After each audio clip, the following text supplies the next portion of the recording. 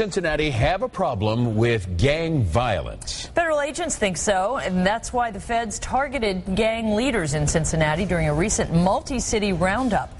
9 News anchor Brendan Keefe is here now with a closer look. Brendan? Carolyn Clyde, investigators identified 70 individual members of that single West End street gang and say 1 out of every 5 shootings and murders in that neighborhood over a year were traced back to the Tot Lot Posse, even though Cincinnati thought it had eradicated that same gang 6 years ago. It's supposed to be a children's playground in the heart of a Cincinnati neighborhood.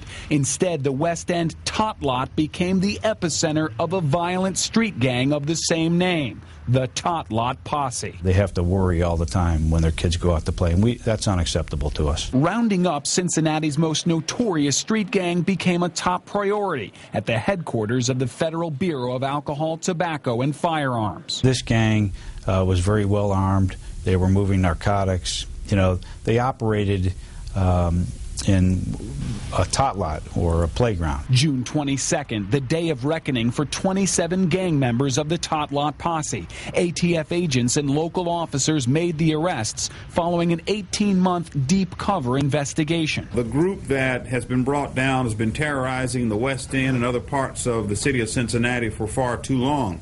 Go, go, go!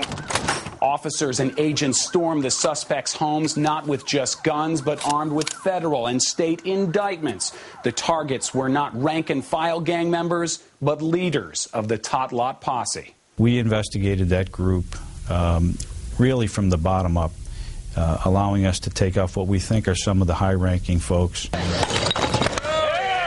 Cincinnati has tried to rid itself of the Tot Lot Posse once before. Several gang members were sent to prison back in 2004, but others quickly filled their shoes and the gang actually grew larger. 70 known members as of last month.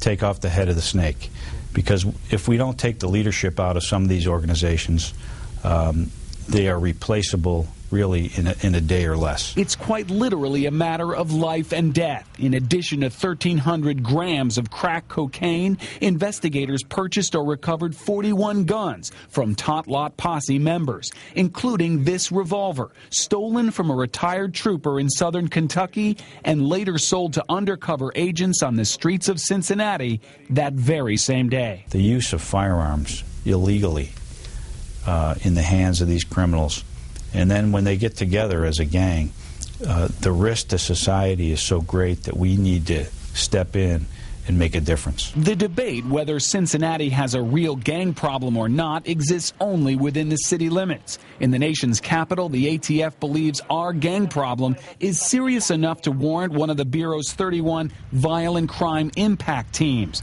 Together, they've arrested 15,000 gang members nationwide. It's tough to make a city completely safe from one investigation, but I think we can make communities safer.